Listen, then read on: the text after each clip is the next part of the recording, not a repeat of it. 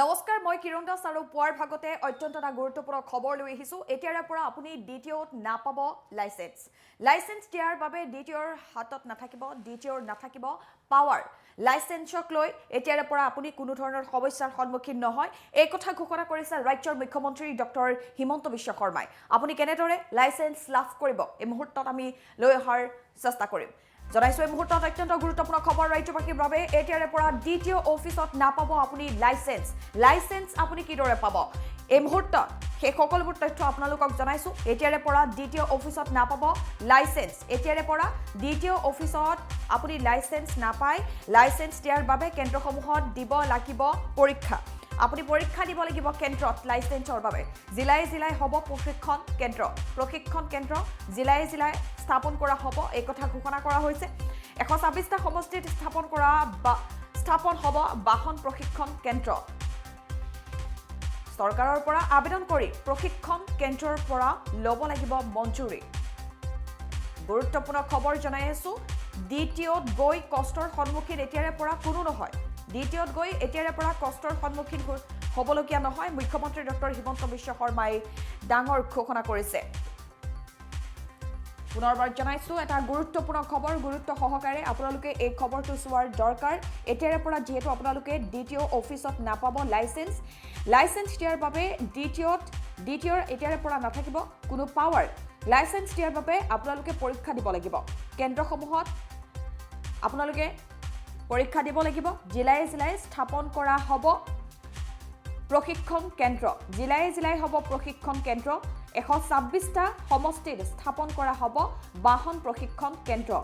126টা সমষ্টিত শীঘ্ৰেই স্থাপন কৰা হ'ব প্ৰশিক্ষণ কেন্দ্ৰসমূহ চৰকাৰৰ পৰা আবেদন কৰি প্ৰশিক্ষণ কেন্দ্ৰৰ পৰা ল'ব লাগিব মঞ্জুৰি দ্বিতীয় গৈ কষ্টৰ সন্মুখীন এতিয়াৰে পৰা কোনো নহয় এই কথা ঘোষণা কৰা হৈছে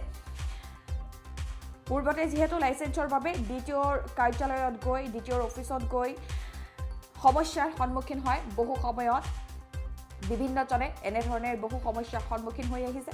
গতিকে এতিয়াৰ পৰা তেনেধৰণৰ সমস্যা নাথাকে মাত্ৰ আপুনি এটা পৰীক্ষা দিব লাগে সেই পৰীক্ষাটোত আপুনি অৱতীৰ্ণ হোৱাৰ লগে লগে আপুনি লাইসেন্সখন লাভ কৰিব এই কথা ঘোষণা কৰিছে মুখ্যমন্ত্ৰী ডক্টৰ হিমন্ত বিশ্ব শৰ্মাই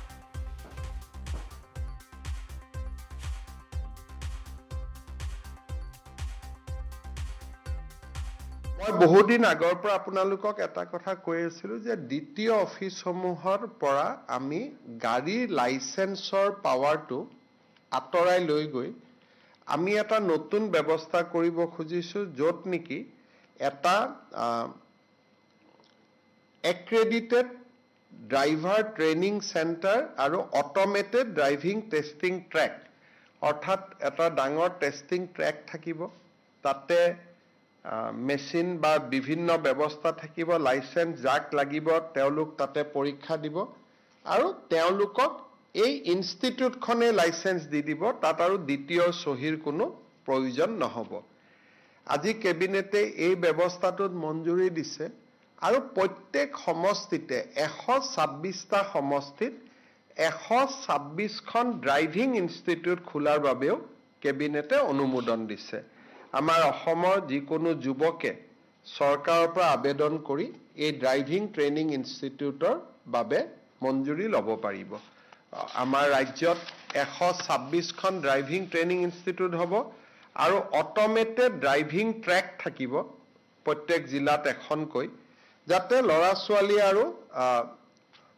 সৰু সুৰা কামৰ বাবে তেওঁলোকে দ্বিতীয় অফিচত গৈ কষ্টৰ সন্মুখীন হ'ব নালাগে মই বহুদিন আগৰ পৰা আপোনালোকক এটা কথা কৈ আছিলো যে দ্বিতীয় অফিচসমূহৰ পৰা আমি গাড়ীৰ লাইসেন্সৰ পাৱাৰটো আঁতৰাই লৈ গৈ আমি এটা নতুন ব্যৱস্থা কৰিব খুজিছো য'ত নেকি এটা এক্ৰেডিটেড ড্ৰাইভাৰ ট্ৰেইনিং চেণ্টাৰ আৰু অট'মেটেড ড্ৰাইভিং টেষ্টিং ট্ৰেক অৰ্থাৎ এটা ডাঙৰ টেষ্টিং ট্ৰেক থাকিব তাতে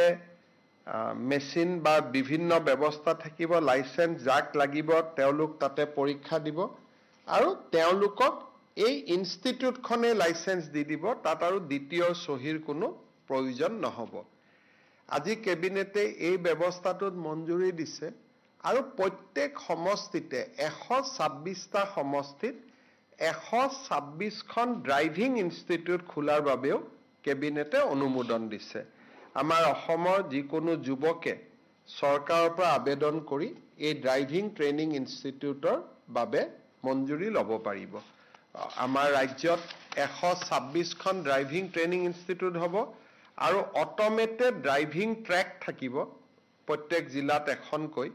যাতে ল'ৰা-ছোৱালী আৰু সৰু সুৰা কামৰ বাবে তেওঁলোকে দ্বিতীয় অফিচত গৈ